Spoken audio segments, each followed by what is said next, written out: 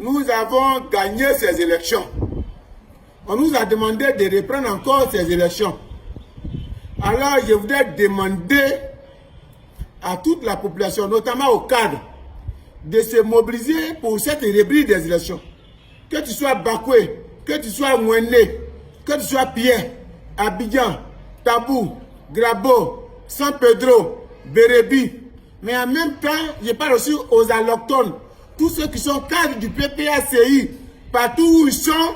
Nous avons une grande réunion ce samedi à 9 h au siège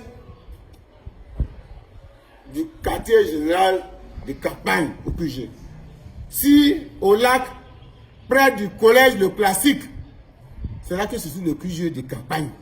Tous ceux qui sont à Abidjan, qui sont des frères, des sœurs, des mamans, des papas qui m'entendent, qui soient Bakoué, Mouené, Pierre, qui soient Bété, qui soient Kodia, qui soient d'autres ethnies, même des Djoula et autres, tout ça, qui souhaitent que le président Laurent Gbagbo gagne ses élections par la prémise du candidat qui a été choisi par le président Henri Konan Bédé à son âme et le président Laurent Gbagbo, qui est le docteur Klakwe Sylvanus.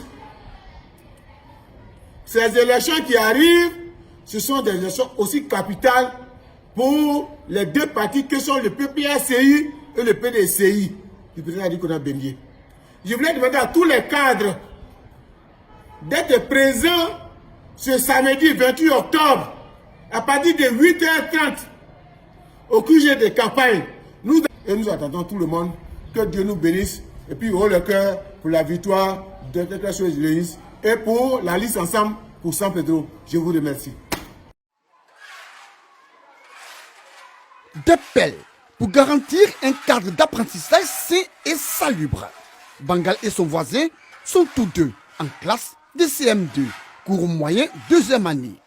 Ils se retrouvent ici pour évacuer l'eau de leur salle de classe. Nous sommes dans la commune d'Atekoubé, précisément à l'école primaire publique municipalité 1 et 2. Oui, nous sommes dans la sublime et charmante commune d'Atekoubé. L'eau s'assoit en bas, à cause de ça. Tous les jours, on vient, on vide l'eau, ça nous fatigue. On a vraiment besoin d'aide. Dans cette salle de classe pleine de boue et remplie de creux, les élèves sont bien obligés d'occuper un espace réduit pour prendre cours. Les tout petits, moins actifs, n'ont d'autre choix que de plonger leurs pieds dans cette eau sale. Du courage, les enfants.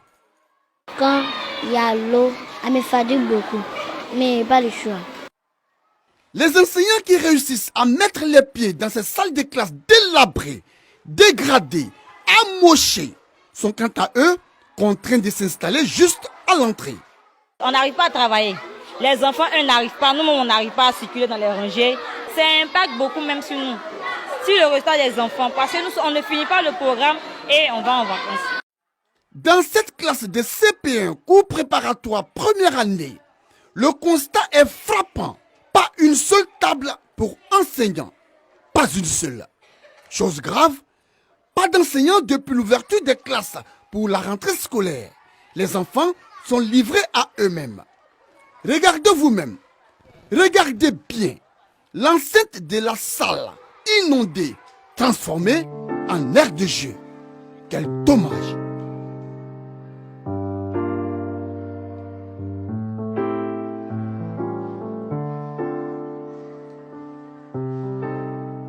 Depuis matin, les maîtres ne parviennent pas encore écrire. Pour se rendre à la direction de l'établissement, il faut être endurant. Un véritable parcours du combattant. Il faut faire preuve d'abnégation et de bravoure pour affronter cette boue avec ses multiples odeurs, des odeurs nauséabondes, fétides, fades, répugnantes, véritables nids de microbes et d'insectes dangereux.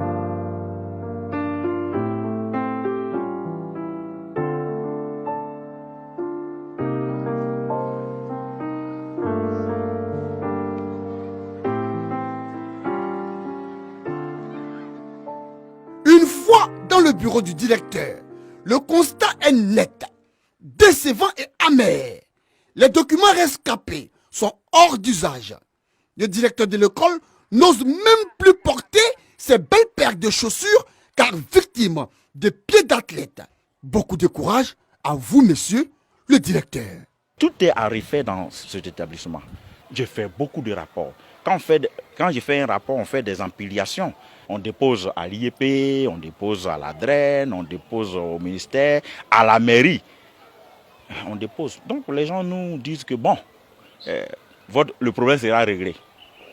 Bon, mais la situation ne fait que perdurer. Ici, dans la commune d'Atekoubé, que dis-je, dans la sublime et charmante commune d'Atekoubé, plusieurs établissements scolaires sont dans une précarité exagérée. Pour preuve, regardons au village Agban-Atié. Cela fait 11 ans, oui, 11 bonnes années que ces salles de classe sont devenues des lieux d'habitation. Certaines ont été transformées en buvettes et autres maquis. D'autres réaménagées à des fins personnelles. Vous n'y croirez pas si l'on vous apprenait que près d'une cinquantaine de familles vivent là, dans cette école, tels des réfugiés, des rescapés, des sans-abri, des victimes d'intempéries. Dommage tout ça. Séraphin que vous voyez là, loue cette salle de classe depuis 4 ans. Vous avez bien entendu, il loue cette salle depuis 4 ans. 4 ans et cela au vu et au su de tous. Quel dommage. Dans tout ça, où sont passés les élèves en pleine rentrée scolaire? Question. L'école était d'abord un bureau de COGES. Mais c'est un directeur qui m'a confié on a une classe, mais on veut mettre, comme la maison est libre, on veut mettre quelqu'un dedans pour vivre dedans. Quand j'étais là, c'est eux qui prenaient les 15 000 avec moi. Mais après, la chefferie a décidé de ce qu'eux-mêmes vont faire l'encaissement. Plusieurs enfants ne vont plus à l'école dans ce village. Normal et logique, si les salles de classe sont utilisées à d'autres fins. Dommage. Il y a une école qui est grande, mais ça ne fonctionne pas. Donc les élèves, ils sont obligés de faire double vacation. Alors que ça ne les arrange pas. Donc pour ça même, beaucoup d'enfants ici ne vont pas à l'école. Au groupe scolaire Agban-Atié, une autre école plongée dans la précarité depuis plus de 10 ans. Contiguë à une forêt, donc exposée à tous les dangers. La team, dans cette circonscription, le RHDP a gagné et les opposants ont demandé la reprise des élections et le RHDP a décidé de ne pas reprendre. Et ailleurs, où le PPACI a gagné, là-bas on peut autoriser de reprendre les élections. Vous avez vu que même Timoko Assalé a vu sa victoire être rejetée et donc il doit aller aux élections une seconde fois. Donc je vais vous montrer ici un appel à la mobilisation pour une circonscription où le PPACI a gagné et dont on appelle tous les militants à se mobiliser. Secondo, je vais vous montrer aussi une seconde vidéo, celle qu'Alassane Dramane Ouattara ne veut pas que vous voyez. Vous savez, la jeunesse est celle même qu'on doit entretenir, celle qu'on doit promouvoir parce que c'est elle l'avenir d'un pays. Mais Alassane Ouattara, qui pense que Abidjan est le seul coin de la Côte d'Ivoire, a décidé de laisser des enfants à l'école dans une insalubrité totale. Vous allez voir donc que ces enfants, quand ils arrivent à l'école, au lieu d'aller directement étudier comme d'autres, se retrouvent en train de porter des pelles et nettoyer l'eau qui a inondé toute l'école. Vous allez retrouver un espace qui est fait pour que les enfants puissent étudier, pour qu'ils puissent comprendre quelque chose. Cet espace-là a été transformé à un lieu vraiment qui garde de l'eau sale, qui stagne des eaux, des odeurs, des déchets. Et c'est dans cet endroit où les élèves doivent aller fréquenter. C'est grave. C'est surtout grave quand vous savez que ce genre d'école est public. Public, donc c'est l'État qui doit s'en occuper. Et là, ça cause encore un problème bien plus grave. La team, vous-même, vous avez écouté la vidéo ici.